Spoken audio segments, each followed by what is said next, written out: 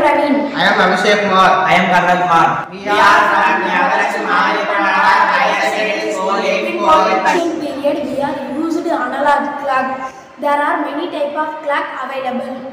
Sand clock, water clock, mechanical clock. Clock we can measure accurate time. Hence scientists developed clock and finally invented digital clock. First of all, grounded and circuits are connected when we give one. Then next signal and input pins are connected. Then switches are connected pins. Connection. It is our project digital clock. Now it's time 4:41. It is our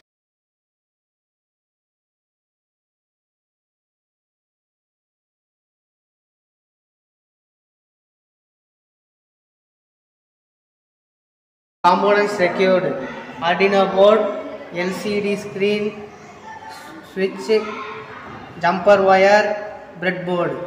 See the programming part. It consists three functions: define, setup, loop.